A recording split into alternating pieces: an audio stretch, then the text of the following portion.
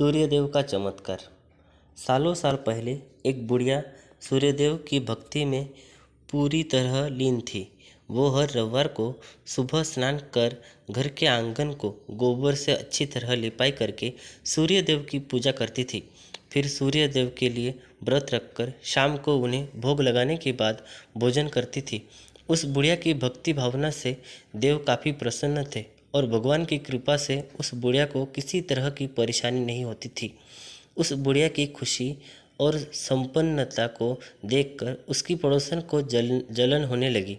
वह बुढ़िया अपनी पड़ोसन के आंगन में बंधी गाय के गोबर से ही आंगन लिपा करती थी। पड़ोसन के जलने के मारे उस गाय को आंगन की जगह घर के अंदर बांधना शुरू कर दिया। अब अगले रविवार को सुबह बुढ़िया को सूर्यदेव की पूजा करने के लिए घर गाय का गोबर नहीं मिला, जिस कारण वे सूर्यदेव की पूजा नहीं कर पाई और पूरे दिन खुद भी भूखी रही।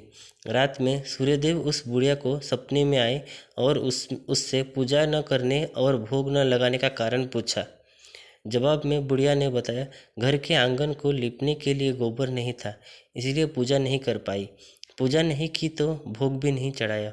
बुढ़िया की बातें सुनकर सूर्यदेव उनसे कहते हैं कि तुम्हारी भक्ति से प्रसन्न हो, इसलिए मैं तुम्हें एक गाय दे रहा हूँ। वो तुम्हारे घर को धन से भर देगी। यह कहते ही सूर्यदेव उसके सपने से चले गए। अगली सुबह जब बुढ़िया की आंखें खुलती है तब वह देखती है कि उसके आंगन में एक सुंदर गाय और बछड़ा बंधा हुआ है। यह सब देखकर वह हैरान हो गई। उसे सपने की कोई बात याद नहीं थी। उसने सूर्यदेव की कृपा समझा और गाय को चारा देने लगी। बुढ़िया के आंगन में सुंदर गाय और बछड़े को देखकर पड़ोसन की जलन बढ़ गई। कुछ देर बाद जब बुढ़िया घर के अंदर जाती है तो गाय सोने का गोबर करती है। यह देखकर पड़ोसन चौंक जाती है और उस गोबर को उठाकर अपने घर ले आती है और अपने गाय के गोबर को उसके आंगन में रख देती है। यह सिलसिला कुछ दिनों तक चलता रहा और वो पड़ोसन धनवान हो गई। इधर बुढ़िया को किसी बात की खबर नहीं थी, क्योंकि वो सूर्यदेव की भक्ति में ही खो रहती है। इधर सूर्यदेव को उस महिला की हरकतों पर काफ़ी गुस्सा आता है। उनके गुस्से के कारण धूप काफ़ी बढ़ जाती है, जिस कारण बुढ़िया गाय और उसके बछड़े को घर के अंदर बांध देती है। उसी रात आंधी चलने लगती है, इसलिए वह गाय और बछड़े को आंगन में नहीं निकालती। रात भर गाय घर के अंदर ही बंधी रही। सुबह जैसे ही बुढ़िया की नींद खुलती है तो वो सोने का गोबर देखकर हैरान हो जाती है। उस दिन के बाद से रोजाना वो गाय को घर के अंदर बांधने लगी। गाय के सोने के गोबर से बुढ़िया धनवान हो गई, जिसे देखकर पड़ोसन और जलन होने लगी।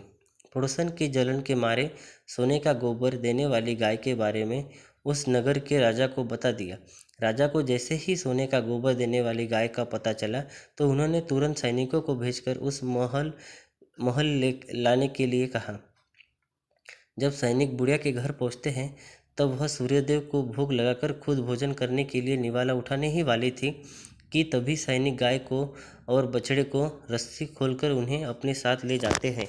बुढ़िया उनसे गाय और बछड़े को न ले जाने की प्रार्थना करती है, लेकिन राजा के सैनिक बुढ़िया की एक नहीं सुनते। कुछ ही देर में सैनिक गाय को राजा के पास ले जाते हैं। राजा गाय की सुंदरता को देखकर बहुत खुश होते हैं और उसे अपने ही पास रख लेते हैं। गाय व बछड़े के जाने के गम में बुढ़िया बिना खाए पिए पूरे दिन सूर्यदेव से गाय और बछड़े को लौटाने की प्रार्थना करती है। इधर दूसरे दिन सुबह राजा सोने का गोबर देखकर हैरान हो जाता है। इधर बुढ़िया भूखी प्यासी सूर्यदेव की प्रार्थना में लगी रहती है। बुढ़िया की तकलीफ देखकर सूर्यदेव अगली रात राजा के सपने में आकर कहते हैं कि अगर तुमने इस गाय और उसके बछड़े को नहीं लौटाया तो तुम्हारे राज्य पर संकट आ जाएगा, तुम्हारी धन संपत्ति सब नष्ट हो जाएगी। सूर्यदेव की बातें सुनकर राजा की नींद टूट जाती है। दूसरे दिन सुबह वो बुढ़िया को गाय और बछड़ा लौटा देते हैं, साथ ही उसे कुछ धन भी देते हैं और उसकी पड़ोसन को सजा देते हैं। सूर्यदेव की इस चमत्कारी गाय और बुढ़िया पर उनकी कृपा को देखकर राजा पूरे नगर के लोगों को हर रविवार सूर्यदेव की पूजा करके व्रत रखने के लिए कहते हैं।